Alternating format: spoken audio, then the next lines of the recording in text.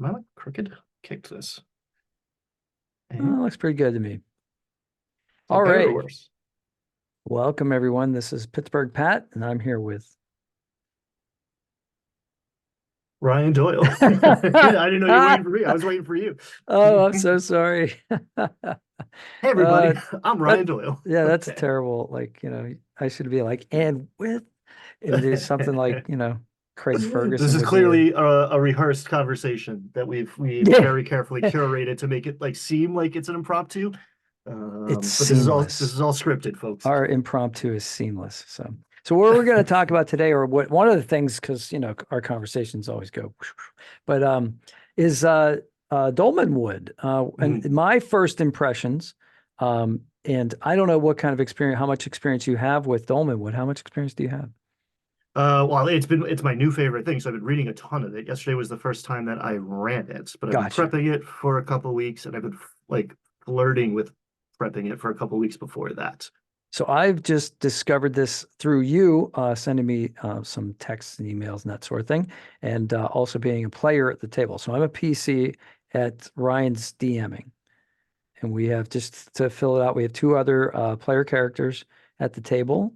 Well, two other players at the table. There are apparently going to be multiple characters. That's something that's interesting, right? So we're going to Hmm. have um, not servants necessarily, but um, like a squire if you're a knight, or a Sherpa if you're like going on an expedition, somebody like take care of the animals and take care of the provisions and that sort of thing. This is a very realistic like campaign, isn't it? Yeah, I like it a lot. So it's an adaptation of Old School Essentials, which is I don't know. You can argue about all of these things for days and days and days, but it is a very well regarded, if not the best regarded, formatting of the basic expert old school D&D. And the gentleman who made that, Gavin Norman, has been working on Dolmenwood for 10 years. It's essentially his like home campaign.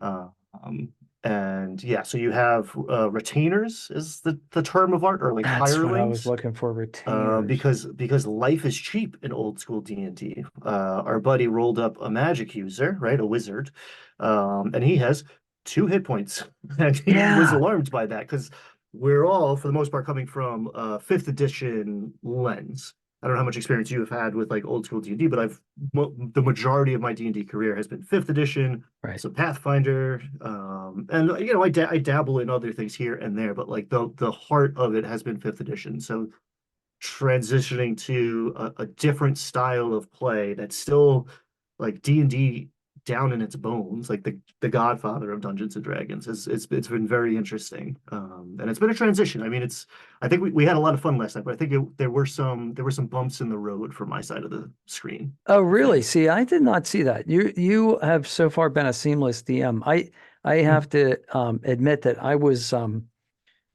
seriously impressed by your DMing skill.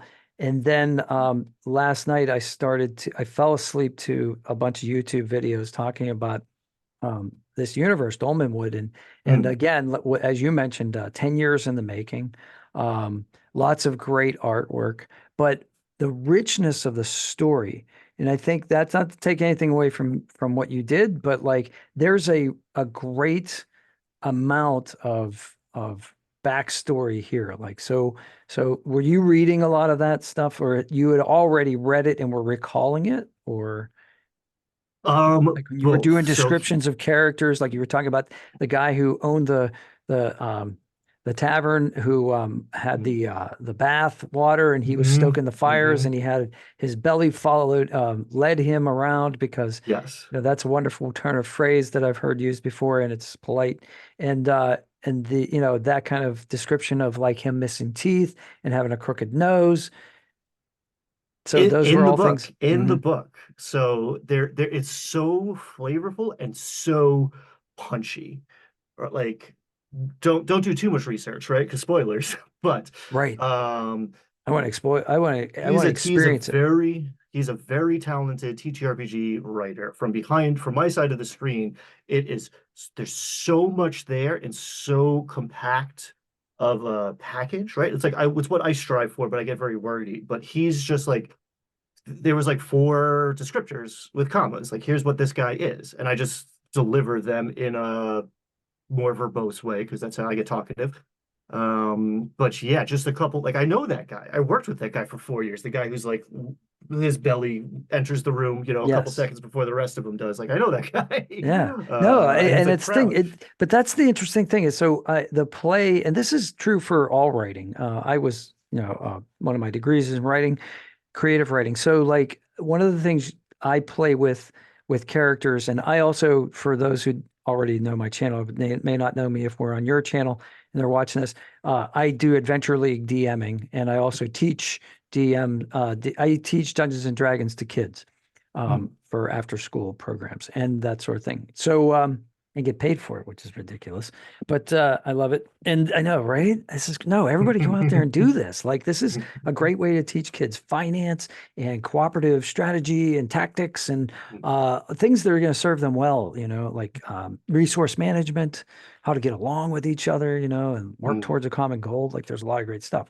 But yes, the difference between this and 5e, there's so many different things, but one of the things you mentioned was descriptors. And there's an interplay between like using an archetype, but not turning it into a stereotype. So you want to like Hmm. have that abbreviation for the archetype, but you want to have Hmm. like a distinctiveness about it that makes that character special, right?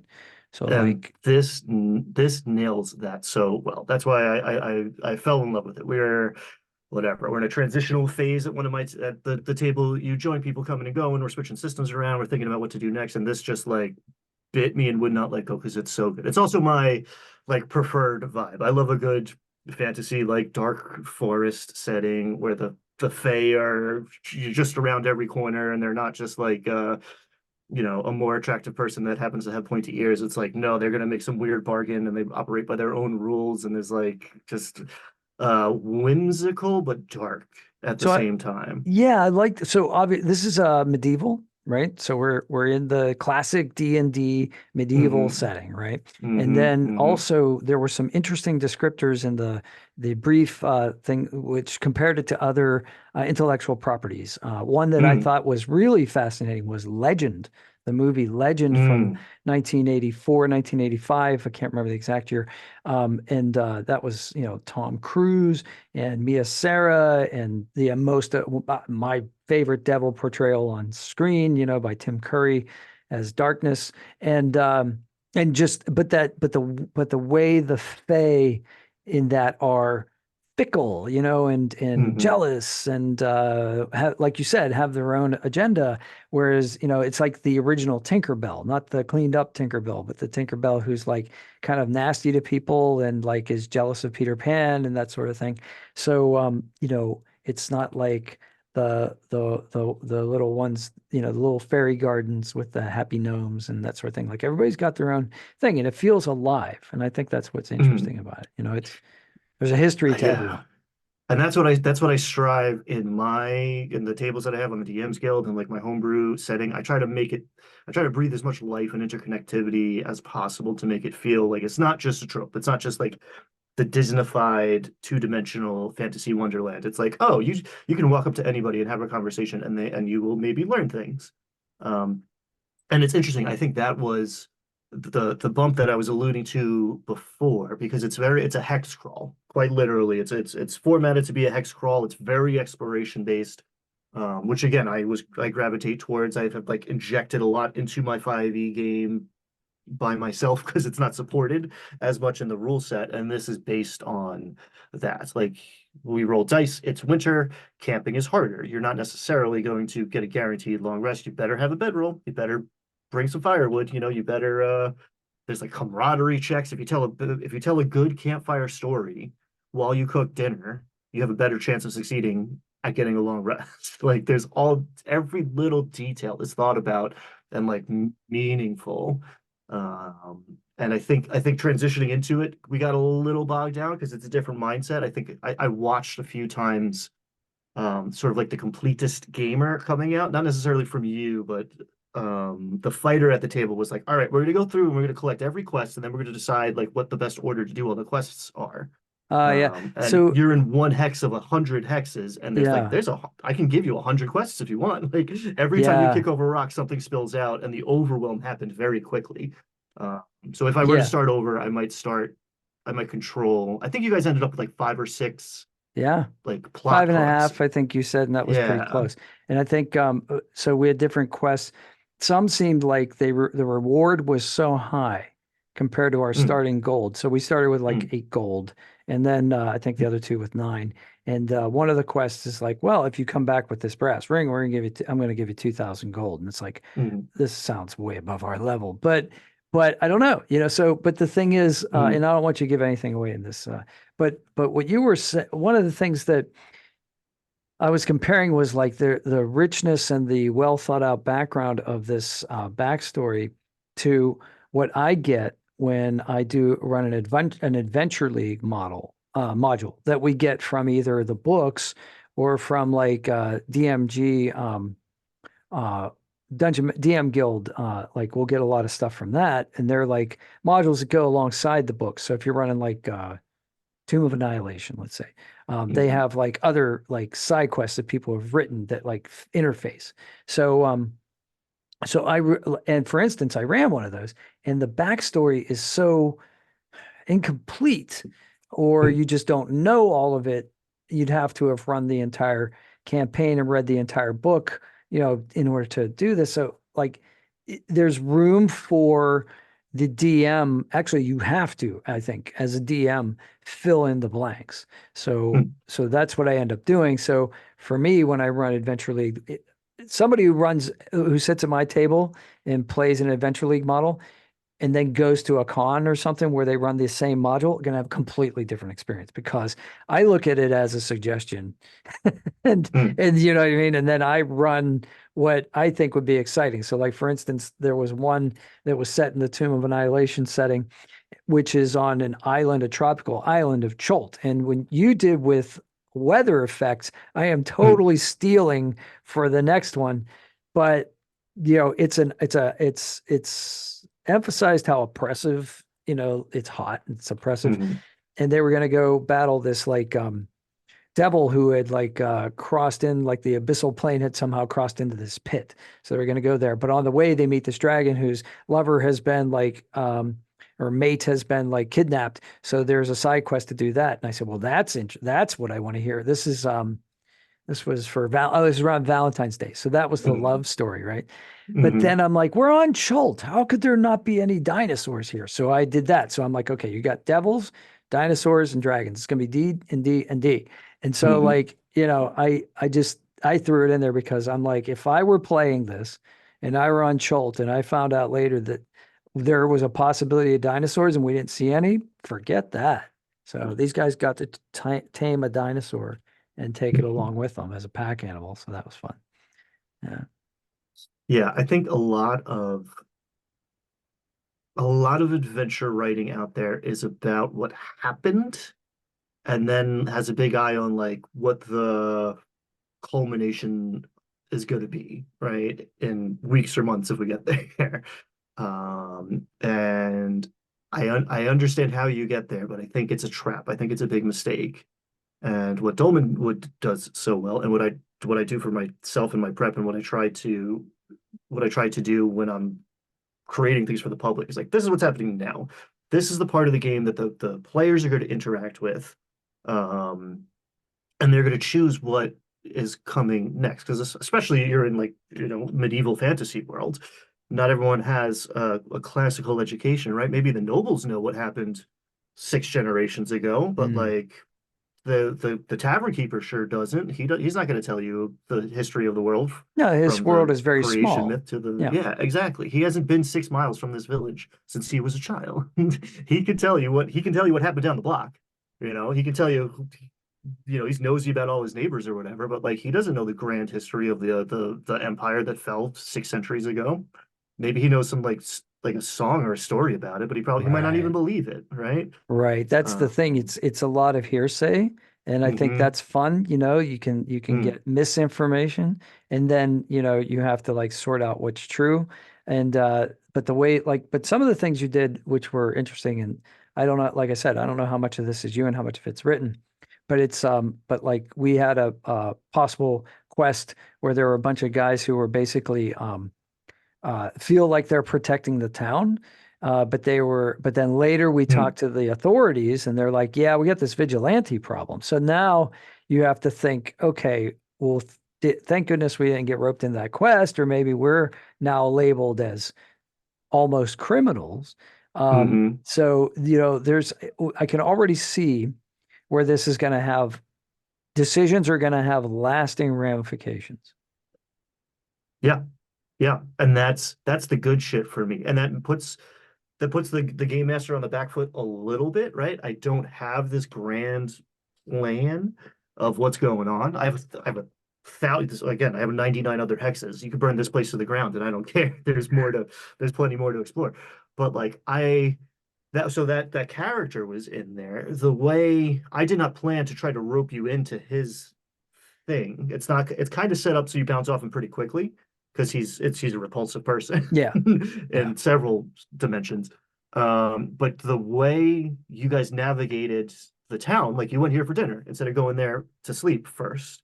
And so what you heard about him was through the lens of somebody else who was like a little more sympathetic to what the guy was trying to do. And therefore, you know, again, in the gamer mode, it's like, oh, that there's a person that has the exclamation mark. We're going to go to him, and if it's worth it, we're going to get his quest and complete it and gain our internet points, or Sure.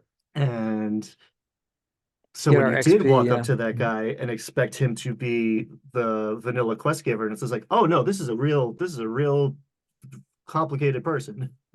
Well, that's uh, part of yeah, that was something that I wanted to address too. And uh, I know I played a little meta last night. And I did say things like, I found a quest giver, just kind of yeah. jokingly with the other two players that I haven't played with before. So so we're actually literally building camaraderie amongst ourselves, feeling out each other's sense of humor, and which intellectual properties we like to quote, and things of Hmm. that nature, which references, pop culture references we get, and that sort of thing. But ultimately, I think this is going to be a lot of fun to really role play and just stay in character, right? And I think one of the things about character creation, let's talk a little bit about the nuts and bolts Hmm. of it, Hmm. because it is different than D&D 5e. At least a lot of the ways D&D 5e is very forgiving.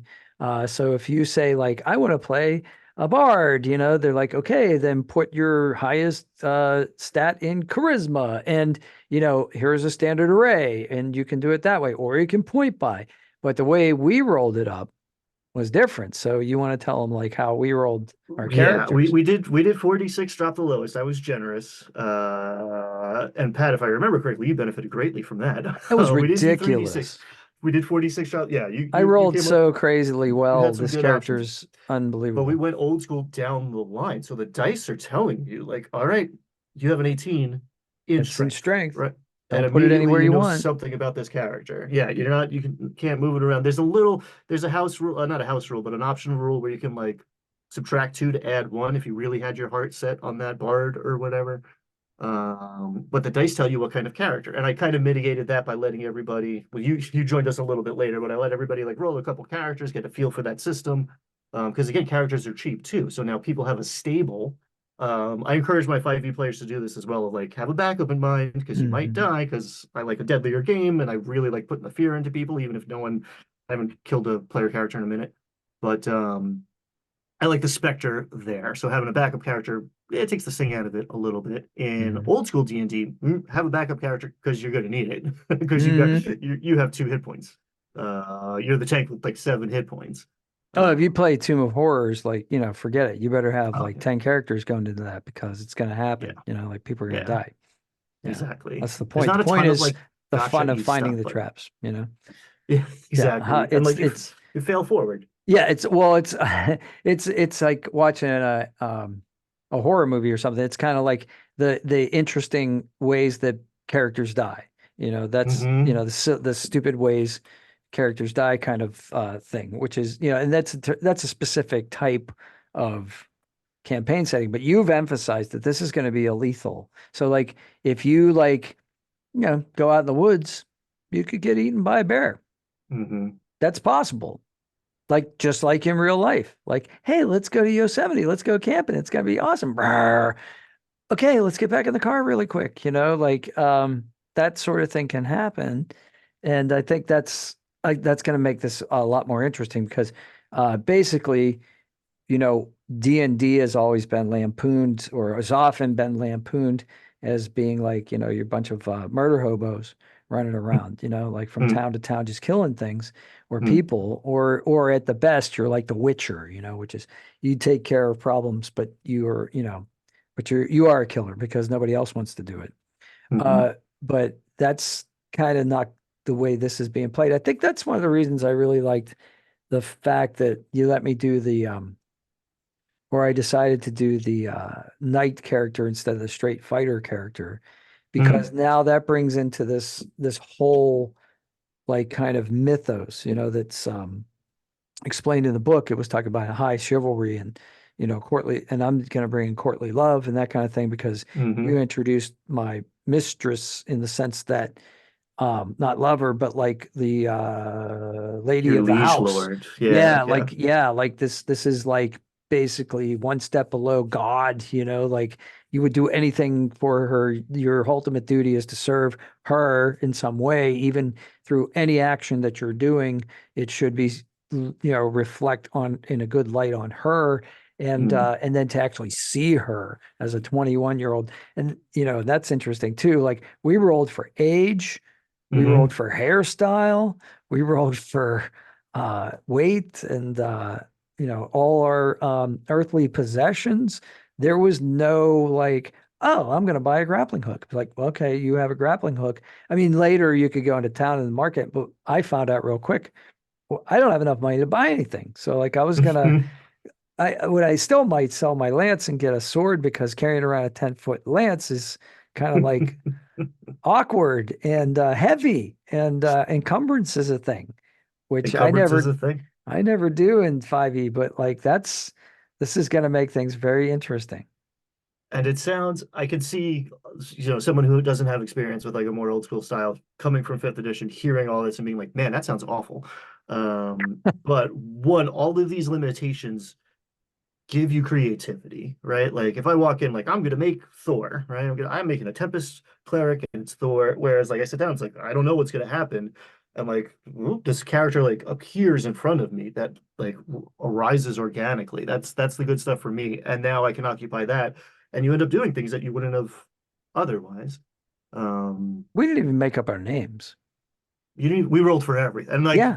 you don't have to go that route, but it's there. I love tables, and every little like the trinkets are amazing. Every little detail's perfect, incredible, and like the interplay of different, like the friar had like jug ears and like Yeah. scraggly hair or something. It was just Yeah. like perfect. Like again, this like You could one, see two it. little like a sentence fragment, perfectly like crystallizing a character.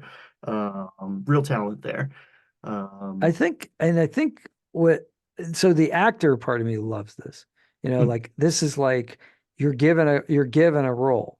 hmm. Now, an actor who's given a script, can look at that script and they can sort of maneuver a little bit, but ultimately the character is the character, right? So I'm Hmm. playing a character, you know, but I'm informing that maybe with my own experience.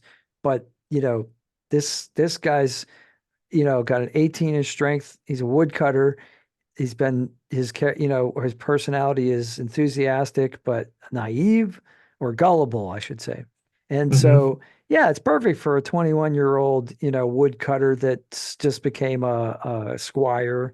And he maybe like wasn't born into nobility, or maybe he came from a family that was down on its luck and now he's trying to re-establish the family name. Who knows? We're, that sort of thing, is makes it interesting to me.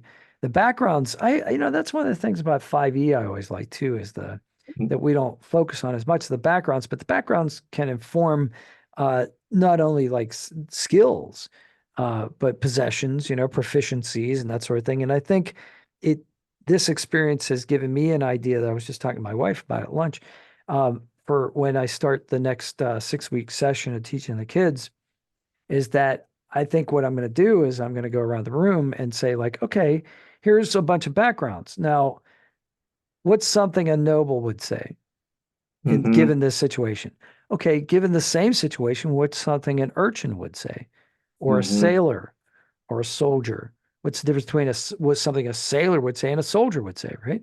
They're both maybe military archetypes, not necessarily the sailor, but like, you know, how would it be different? I mean, when I talk to my Air Force buddies, they talk differently than my Navy buddies. You know what I Hmm. mean? Like that kind of thing. Hmm. So what, and to have like middle schoolers try to think about this stuff when they're forming their own personalities, their own Hmm. characters aren't formed yet. So now it Hmm. informs them on like, oh, maybe this, I mean, I hope so. And at best, it informs them, maybe this is how I'm being perceived now when I use this type of language. When I construct but if I thoughtfully construct my language, then maybe I'm perceived as something else. And I've been trying to emphasize this because there's this whole thing with kids, and we were all kids that age. There's things that you say and do, there's slang, that sort of thing, but how that's perceived in certain situations may be to your benefit and not. So Mm. letting kids be aware of that, and I think role playing helps anyone do this, right? It Yeah, helps it's code adults. switching. It helps adults Uh-huh. do this. Hmm. I mean, when you're Yeah, sitting in go ahead. I try very hard to have the NPCs care about what you're saying. And again, what I like about this old school style is that like I don't think I rolled dice. We rolled dice on like to make the characters and to like determine the weather and the The dates and the weather, oh my God. birthdays. But like there were no I don't think I called for a single skill check in the 2 to 3 hours that we played. It's just And there like was no your combat. character's there was no combat, but like your character says a thing, the NPC reacts to it based on who they are and how you said it, not the roll of the dice, right? Skill versus every time I pick up a die, it's luck determining the outcome here. I Where was wondering about that because when I went up to, like, my character went up to these two noble women at the bar that were kind of like, nah, this isn't great. We don't want to be here. And Mhm. I tried to kind of compliment them and maybe Mhm. charm them a little bit. And you didn't call for a skill check. That was cool. I just, yeah, because that's a situation where, in 5e, if I were a DM, I would have definitely been like, okay, how do you want to do this? Do you want to do persuasion? Do you want to do Right. intimidation? Do you want to do Right. deception? How do you want to do this? And that's the classic Matt Mercer, how do you want to do that thing? But it was so smooth the way you did it. It Mm. was like watching a movie. It was like reading a novel. It wasn't there wasn't like, and now I'll turn to page 34. If you go down the stairs, like the choose your own adventure kind of thing. This was Yes. way smoother than that. Yes. It's not just you're not just pushing the button on the character sheet that's going to get you the best outcome. You are thinking about and there's you don't have to you have an actor's background, you inhabit the character, right? But like I don't require you to like create the cogent argument that's going to convince the NPC and say it verbatim necessarily every time. But like flashback 5 6 weeks ago, my buddy had all his ducks in a row, approaches the Banshee actually, and Lost Mine of Fandelver. Has a gift, is very polite, addresses her properly in the correct language. So I give him advantage on a charisma tech. I think we went persuasion. He rolled a 1 and a 2. Boom. So she pops the visage. I think everybody runs. I didn't kill everybody, but like they were way outclassed, and like he did everything perfectly. And the dice said no and okay. A banshee is fickle, right? Like I made it make sense in my mind and in the story and everything. Sure. But driving home that night, I was like, I shouldn't have had him pick up the dice. I should have just given it to him. And in fifth edition, that kind of cheats somebody who, all right, I took the time to do my homework. Literally, I did the math. I built a character who's good at charisma. I am not good at hitting people because I'm good at talking people. So if you don't let me push that button, you're taking something away from me. That's one way to look at Whereas, it. There was a guy, yeah, the last 2 weeks ago, I ran a tier 3, and good. These guys are good. These characters are good at everything they specialize in, and mhm, he had advantage on a roll, and he rolled 2 1s, and I'd never seen that before, never. So that 1 in 400 chance, eventually you're going to mhm, see it, but that was the mhm. first time I had ever seen it happen in front of my eyes, and it was hilarious. So it's the fails that I remember. That's why Yes. playing min max characters is so much fun, because I Mhm. saw a lot of times. In fact, when you mentioned the drop two, add one, I immediately thought, oh, why didn't I do that? But there's a rider to that rule in Dolan Wood that is, or I'm sorry, Dolmenwood. I keep saying that wrong. Dolmen. So the dolmens are the standing stones that dot the forest, Gotcha. that So they're are like clearly Saracens significant. or something like that. The standing stones. Dolmen Wood is that you can do that, but only if you're under a 12, right? To make There's something a a cap. 13. It's 12 or 13. I You think it's can't to use make the it a 13, because 13 there's a is where you get point +1. by writer. Yeah, there's a point by writer where you can't. So if you have your heart set like I want a bard, I will burn every other ability score to get my Charisma, whatever charisma over the bare minimum to be a bard because there's requirements. Not everyone can be a knight. If you can't pick up a lance, they're not going to train you to be a knight, you know? probably not. If you're illiterate, they're not going to let you study at the Scholar, Academy yeah. of, the Arcane. Oh, Um, yeah. and I think it's interesting. This is the first, and again, this is an old school thing. This is BX, but there's a bonus to XP accrual if you're good at what you're good at. If you are a fighter and you have a high strength score, you might get an extra 5% XP. So you're leveling faster. So if you're better at what you're doing, it's a feedback loop, Oh, that was which Dungeon I Siege. like. The video game Dungeon Siege was like that. So like Oh, when interesting. you would play at the beginning, you would have all three skills. Like you would, have your ranged attack, your magic, and your melee attack. But then once you started doing one thing more than the others, you would advance quicker. And Hmm. so you basically just stuck with that. So you just played an archer, or you played like a melee dude, or you were a magic user. But it makes sense in a real world way, right? So like I just Hmm. studied quarterstaff. So if I go back and I study small sword, then it's going to be a lot easier, because I already know what a bind is. I already know what um, I know some of the moves. Let's put it that way. I don't want to get into any technical stuff, but if I've never done that before, then I got to start from scratch, right?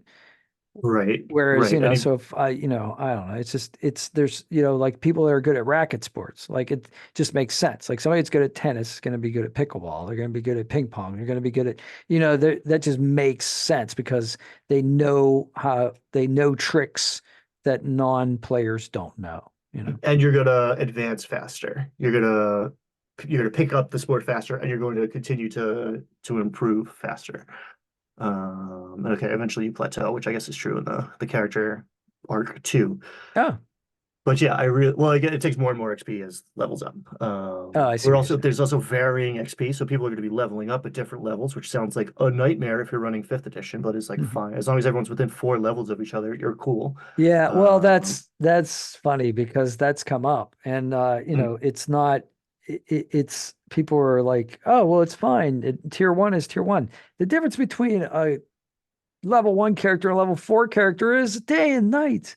A yes. difference between 5 and 10 is day and night. A difference between 11 and 16 is ridiculous. In fact, I mean, they're all good. Don't get me wrong. They're all good, but I threw a mage, an abjurer at the party to soften them up. She had a meteor storm scroll, just one, just so she could fire it away to him. And I did it as a color thing, because it was near Easter. It was the week before Easter. So I had jelly beans rain down from the sky. And I actually had physical jelly beans come down on the Nice. Make it little, rain. yeah, little things. Exactly. So the And then when they got treasure, I had chocolate coins, so I threw a bag of chocolate coins at him. But the 16th level wizard said, "Oh, I don't think so." And then Hmm. rolls counterspell, rolls like a Hmm. 19, and Hmm. then well, all those jelly beans just went whoop, back up in the sky. So like, I mean, what are you gonna do? It's just that's the thing with 5e. It's keeping the party, and that's why um when I do anything that's not just a one shot, if it's gonna be a level up kind of situation, and we're gonna do multiple sessions, I just do everybody levels up at the same time because otherwise Yeah. it gets too unbalanced, you know. Yeah. Yeah. Milestone is the way to do it in fifth edition. That's what I do. Yeah. And there's nothing wrong with that. This is not, I'm not like bashing 5e. No, no, no. We are It's just, actually comparing the differences between my yeah. first impression, our first impressions, and 5e, and 5e is our touchstone, right? That's the one we Hmm. know. So I mean, I like variety, right? And playing the same game for years and years now. It was time to change up, even before whatever the drama of 2023. But beyond that, I find in fifth edition, I love the first few levels because the immersion is easier for me. As you level up, you're very quickly a Marvel superhero, and the removal the space between the player and the character becomes very great, right? And it's right. cool to like imagine yourself doing these amazing things and you're calling down a meteor swarm from the back of a griffin or something. Mhm. Um, and like, okay, eventually you can get there in the old school way too. But like when you are just like some schlub walking out trying to earn some coin to improve his gear so he can survive easier, walking through the forest, like that's easier for me to project myself into, right? If you get hit with an arrow, you're in trouble, right? Somebody shot you with an arrow, or you're face to face with a bear. It's not like, oh, this is going. I hope this is fun and not boring because it takes too long. It's like, no, this is dangerous. If a bear bites you in the neck, you might be in trouble. That could be it for you. Well, I Think mean, about it before charging in. that's what our friend Bertrand did was he was a fighter character, and the first thing he did was look for work, and that was a smart move, I Yep. that's probably what a character would do. Like they want to Mhm. eat that night, they got to make some coin, and it's freezing outside. I rolled a double zero for the weather, so it was like, you know, 5 below 0 during the day, and it was going to be colder at night. So like, and then the next day was not much better. It was all windy. So, these effects. I like the fact that there are environmental factors that are going to affect the environment. I mean, affect the gameplay. And yeah, these are all great things to inform me on how to do my next 5e session too. So Mhm. that's what's really neat is that the more I learn about other systems, like Mhm. for instance, there's a Star Wars role playing game. There's three. I can't remember which one was the one that I actually played. I think it was Edge of the Empire, something like that. And it has specific kinds of dice, and Mhm. Mhm. you know what I'm talking about. I So, do. I so can see you it can in my mind. succeed at something, but you can also have a consequence. So, for Mhm. instance, like you hack into the security system in order to gain access to the data files. However, it trips off an alarm. So you Mhm. succeeded at what you wanted to do, but now there's like a squad of stormtroopers that may be heading your way. And I learned that whenever I first played that, I don't know how many years ago, and I've always remembered that. So I will do that sometimes where if somebody makes a roll and they barely pass. I know that's not the way the rules stated in 5e, you either win or lose, but that's the Mhm. way one of my interpretations is like, I'll say, okay, yeah, you were able to pick the lock, but in doing so, you broke your lockpick tools and you made a lot of noise. So the people in the room are going to know you're coming in, that kind of thing. And that, yeah, I do that a lot of like degrees of success, right? The difference between what's the difference? Okay, it's a pass fail, cool. But if there's degrees of success, the difference between a 17 and a natural 20 will be significant. And I think that's kind of how I started down that path of like, okay, crit, you get a little something extra on Sure. top. Um, But also at the same time, when like you're setting a DC and you're like, honestly, some of the time, not all, yeah, I was almost at a lot of the time. Some of the time, I don't have the DC in mind when I call for the check. When Mm. it's some improvised thing, it's not in the book, it's not something I prepped.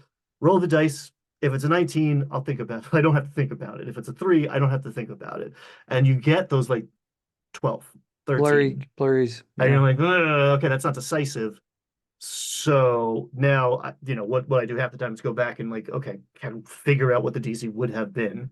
But success at a cost is such a great answer for those moments of like, okay, you do it, but and you just have more notes to play, right? More colors to paint with when you're doing it that way. Yeah. And It's I not think just like the if the door's open. yeah, and if the player character like informs me of something and tells me like how they're going to do it, so they're going to get to that window. The rogue is going to wants to roll in order to get into that window, the second story window.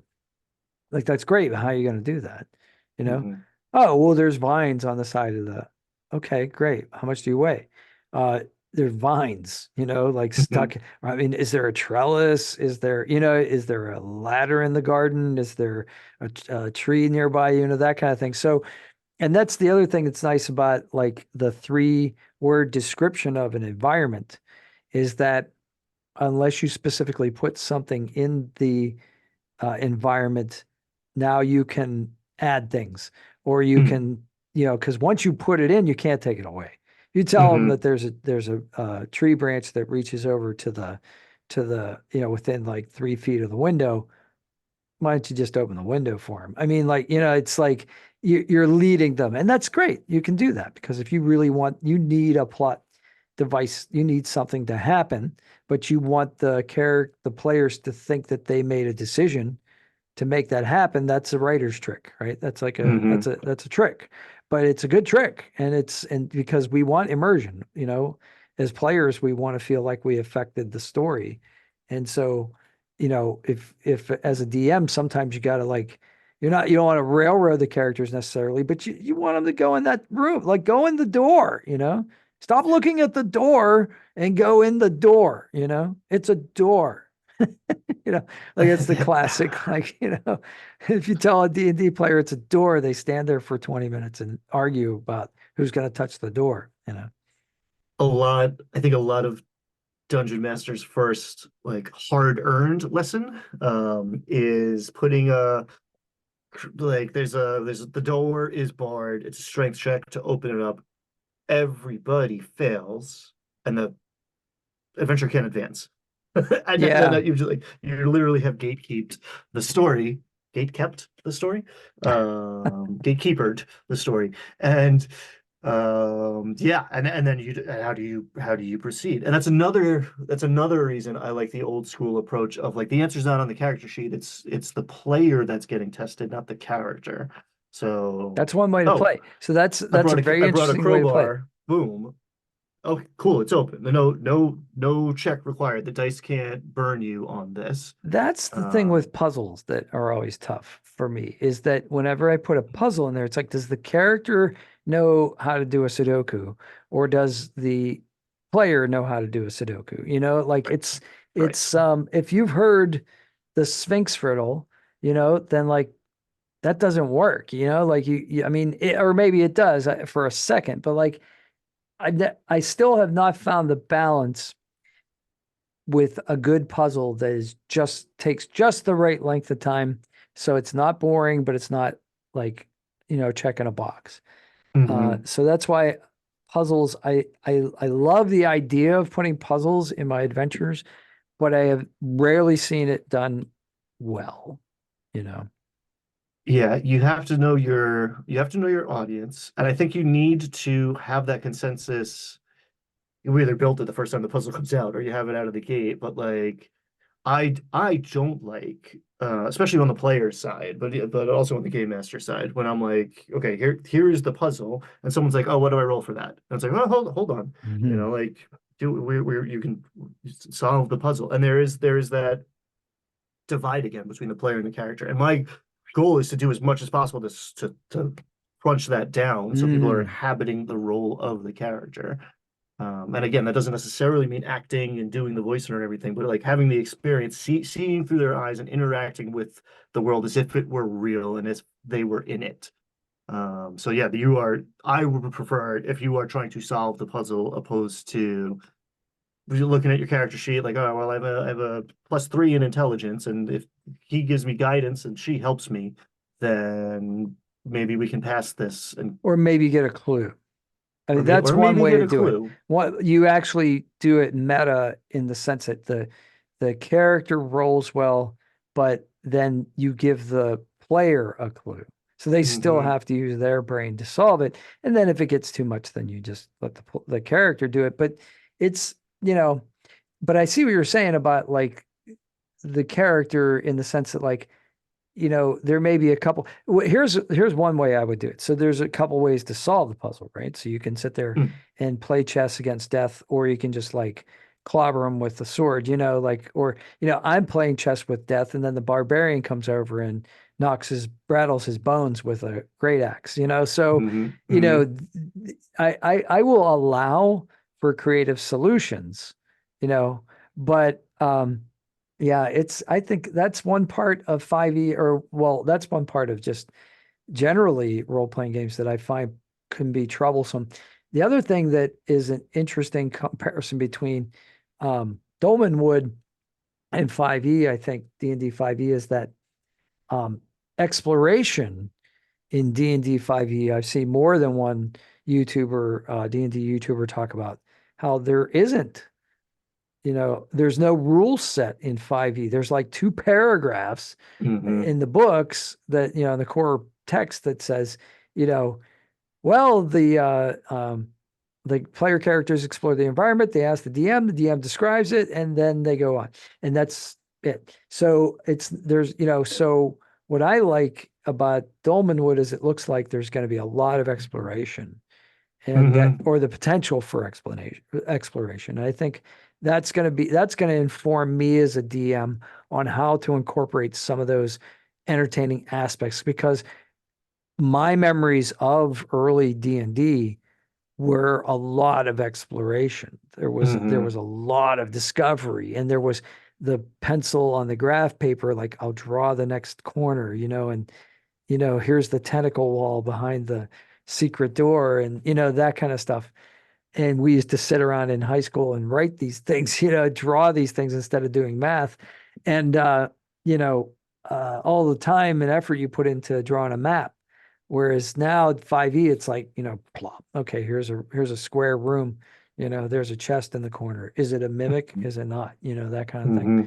So, that's part of the part of it's what I do, which is Adventure League, which you're basically 2.5 hours. You're doing a module. There may be people at the table, there probably aren't, and there may be people that are playing for the very first time. So you have to, there's a lot of variables, and you have to try to make everything palatable to everyone. So you make a weak sauce. But like, when you have like what we're doing, which is like a recurring adventure every Tuesday with the Hmm. same people, then you're going to get to know, oh, well, Bertrand likes history, and he'll know this, and Mike really understands Arcana, and he's the magic user, so this flavorful for him, so that's going to make it more interesting as a DM, I think, you know, being able to customize the environment a little bit. Yeah, and because it's so rich and chock full already, it's like what, and I think that was the mistake. I was like, what do you want to do? All of these things, like, a knight, a wizard, and a fighter walk into a bar. Who do you talk to? Which thing do you follow? And I gotta know what are all of my options. And I think I should have cut that off earlier. Basically, the clock stopped that from happening because you guys would have continued to explore Prigwort and pick up plot hooks, not even coupons yet. And there's 6 ways to leave this hex, right? And there's 3 rows out of town, and you talk to somebody, they're gonna tell you something else. Like there's a lot left on the table still.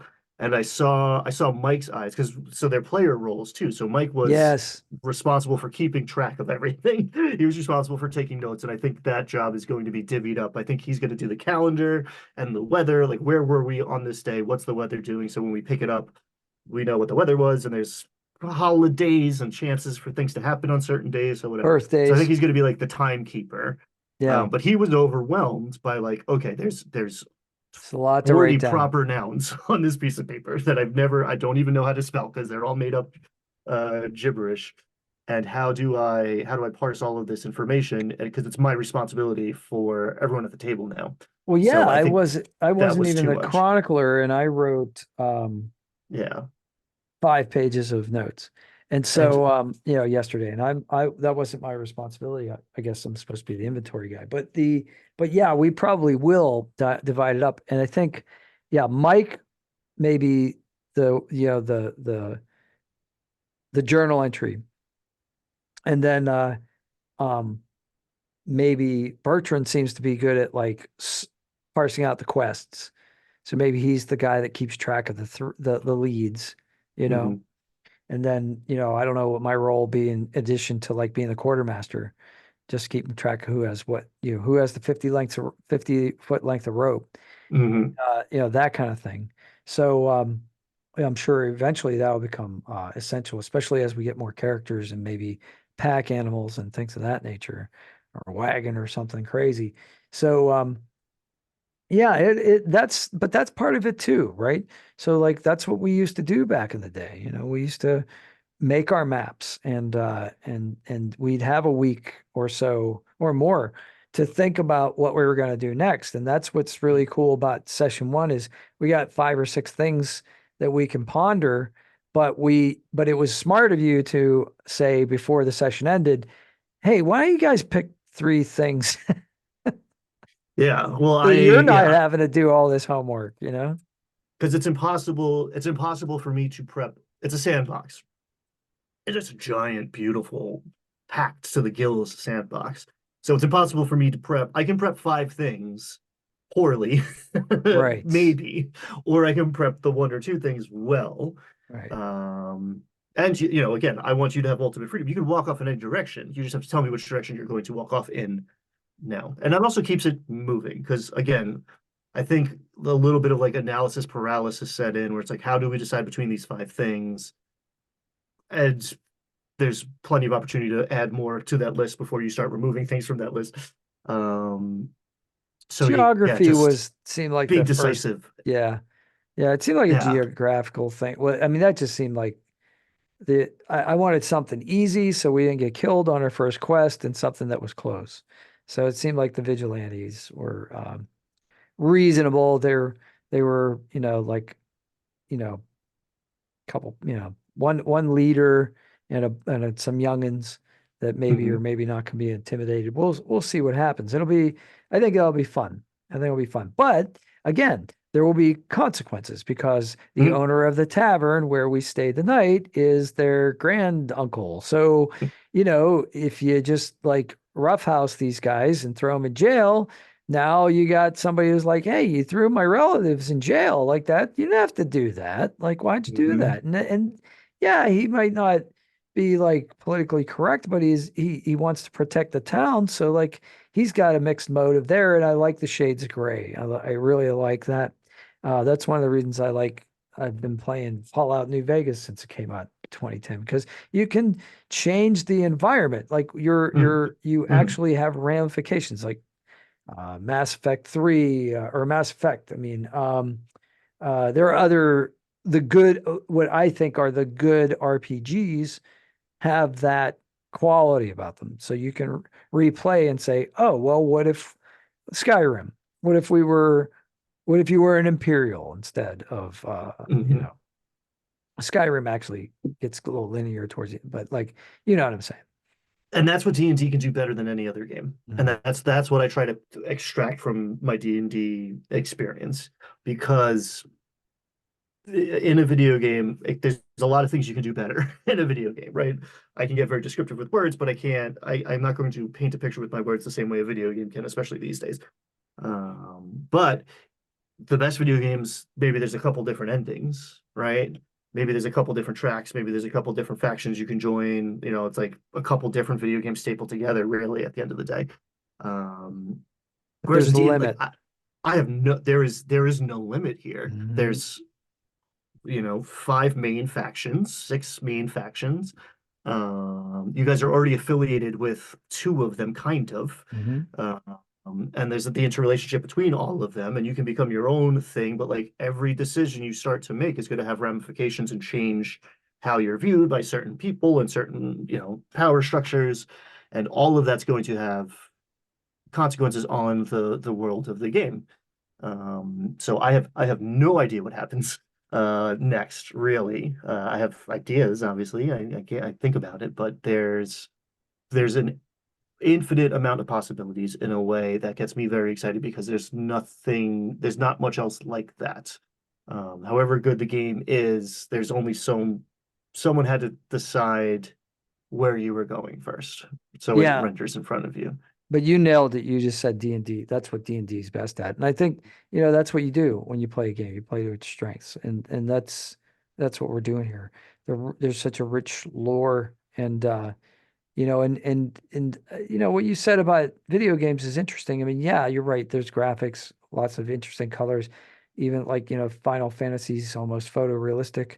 But like if you could have like, an anime character look almost like a photograph.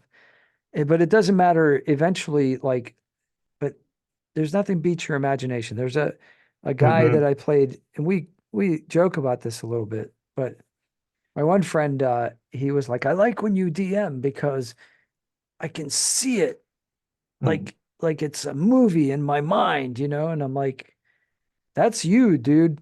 That's your imagination. Yes. I may be tickling that in the right way, but like that's all you, because I only said three words, you Hmm. know? Like, Hmm. I said like, musty, dilapidated and, ancient. And you went wherever you went with that, dude. That's you. I'm not responsible for your imagination, but that's what makes it so wonderful. And that's what the best writing does too, is it allows Yes. us to inform Yes. it ourselves. And maybe it's because I come from like a very literary background that I enjoy it so much, but like that is what I try to cultivate to the point where in my other game I run online and like I run Owlbear Rodeo because it's simple. Like I run a pretty as like lo-fi analog game because the more that I do, the less that you're doing. The more that you become a passive observer and you're not engaging your imagination. And there's so much of everything we perceive comes through a screen at us, and we just sit there. Even if we're controlling it, you're not creating the same way when you're playing a video game as you do in a TTRPG when you're doing it right.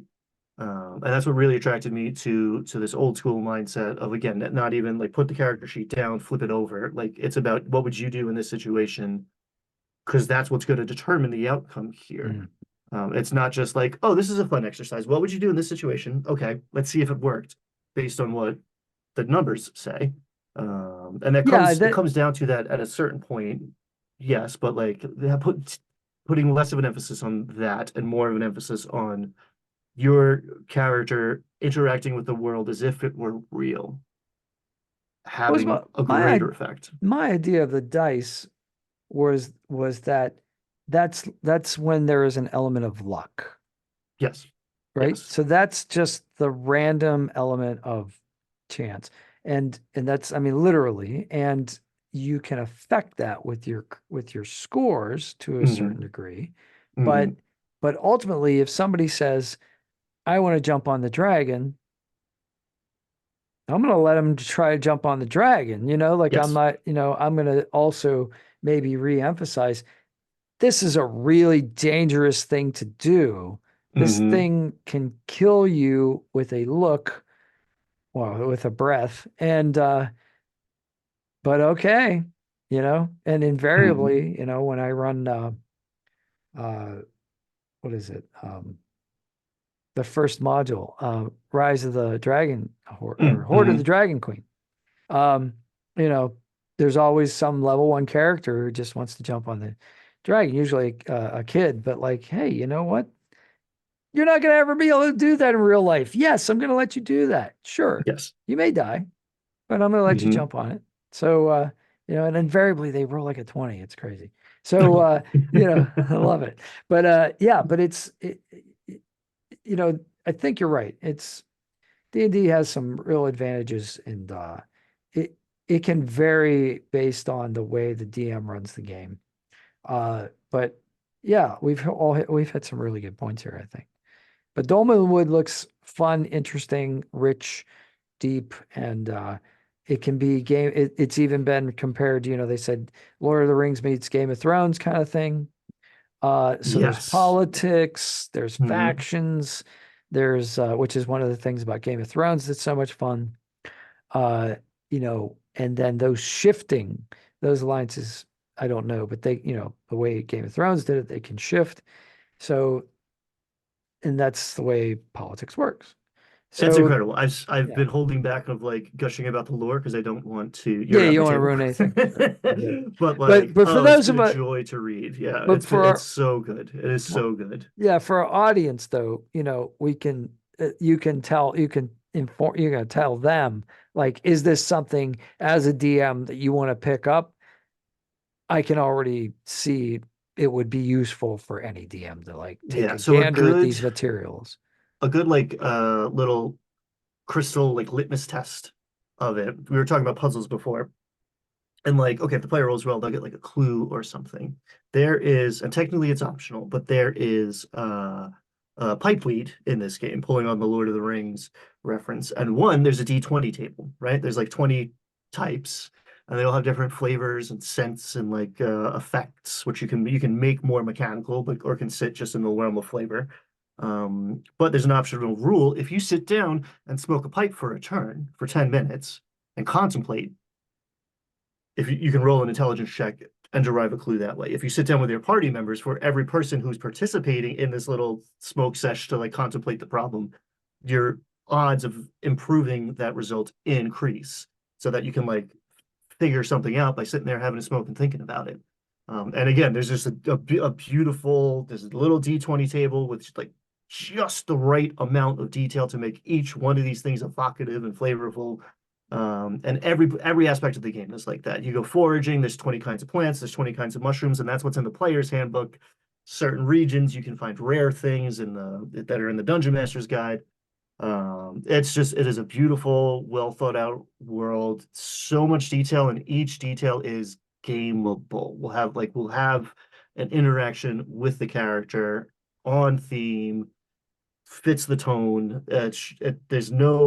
There's not a wasted word in a 600 page exploration based book. Like, it's great. Amazing. So good. Amazing. Check it out. Yeah, I Um, mean, I gotta give it to this author. He's just something, this is yeah, special. I mean, And the I'm artwork is gonna, good. oh, there's some beautiful, it's like paintings. They are, yeah, the artwork is beautiful. Again, perfect, like fairy tale, but like Grimm's fairy tale, beautiful and alluring, but scary, Right. So threatening. right. So there's this one that I can't I would give the credit to the YouTuber if I could remember, but I was asleep and waking up and drifting off. The Yeah, there's like a couple of young people like kind of prancing through a meadow, like they're having a fun like holiday afternoon sort of thing in the upper part of the painting. And then in the lower part of the painting, in the bushes, there's a skeleton, like it's black and white and green. And, up here it's blue and, and grassy and lighter greens.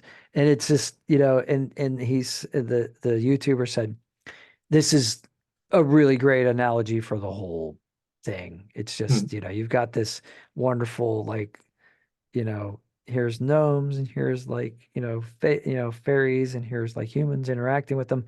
But then there's this dark undertone, so And you could lean into one or the other, right? Like I sound like a hard ass this whole conversation, and you're running for 11-year-olds. So know your audience. You could lean into the more Disney-fied aspects of it. If you have a little experience under your belt, you could run, it's a setting, more than it's a system. It's old school essentials modified a little bit. But it's a setting guide. So you want to run this in 5e, it would take a little bit of work, but you could do it. You want to run it in a different OSR system, it would take less work, but easily doable. But yeah, it's a setting guide more than anything. That's what got me to buy in. Gotcha. So, yeah, so we'll do some due diligence and tell people how to buy it. And then, yeah, I don't know. So far, session one, I'm gonna say like a 8 out of 10, like I'm really enjoying it. Yeah. Nice, glad to hear it. Glad to hear it. What are you thinking as far as running it? What do you think about difficulty or that kind of stuff? You want to give some people an It's idea? easy to run. I got a tablet, so we should say it's not actually done yet. Dolmenwood is still a work in progress. You can support it on BackerKit if you're watching it right now. It should be dropping soon. It's mostly complete. The PDFs. There's a couple like examples that he hasn't written out yet, and there's some like artwork here, spaces. But if you back it, you get the PDFs, which is what I'm working on. So I got myself a little cheap tablet to be my D&D tablet. So allow me to immerse you in this fantasy land where anything is possible. Oh shit, I closed the tab. What do I? So that broke immersion a little bit, I think. And again, I think maybe easing in fifth edition players to a more exploration style of play, I could have done a little better of a job with, but I'm always my, toughest critic. It was a Oh, blast. There were big moments in the first session. It was, yeah, a lot of cool stuff on the table without a already. doubt, we are always like our own worst critics. All right. So we Mm, always, go like, oh, so what I've started to do, and I don't know if this will help anybody out there or not, but what I've done as a Adventure League DM is that I'll run the module twice. mm, So I'll run it for Adventure League. Like I ran this tier 3 for Adventure League, and then my evil Spelljammer campaign, the DM couldn't make it. He got sick at the last minute.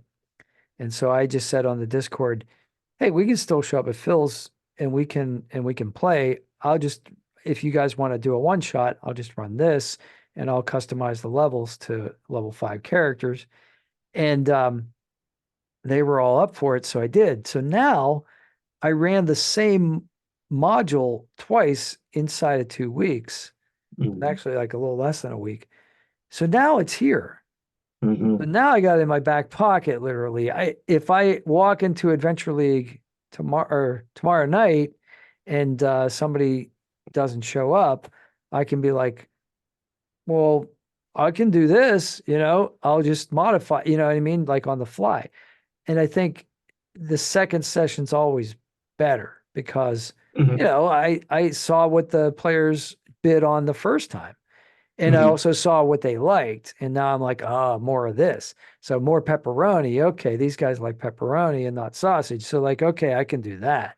So this next time I gave him a big baddie that, because the first one was like 2 heavy combats. And then during the second session, these guys just did this amazingly, like 6 round combat. I couldn't believe it, but mm, none of them got into melee. They were all sniping from the sides, illusions, all really creative stuff, which I mhm, loved. But then I thought, we just did an hour and a half combat with 3 characters. I can't do another one. So I had like a freaking time dragon and a beholder sitting in the library where they needed to get the book, reading the book that they needed to get. So they're not going to fight these guys. Like they're not mhm, that dumb. And so they're mhm, like, so it turned into this big social encounter. So, that didn't happen the first time. So, you know, it live and learn. But from the player's point of view, I didn't see anything wrong with pacing or any of it. So Good. yeah, yeah. So it was good. All right. But yeah, Well, I'm excited for you guys to discover what's out there. Didn't even leave town yet. no, we haven't. Well, we barely left the town walls just to like go to a tavern that was kind of hovering in the shadow. Mm. Well, I know you have a deadline, so you want to wrap it up? Yeah, we're good. Everybody, thank you for watching. Check out Dolmenwood. It is big and it is beautiful.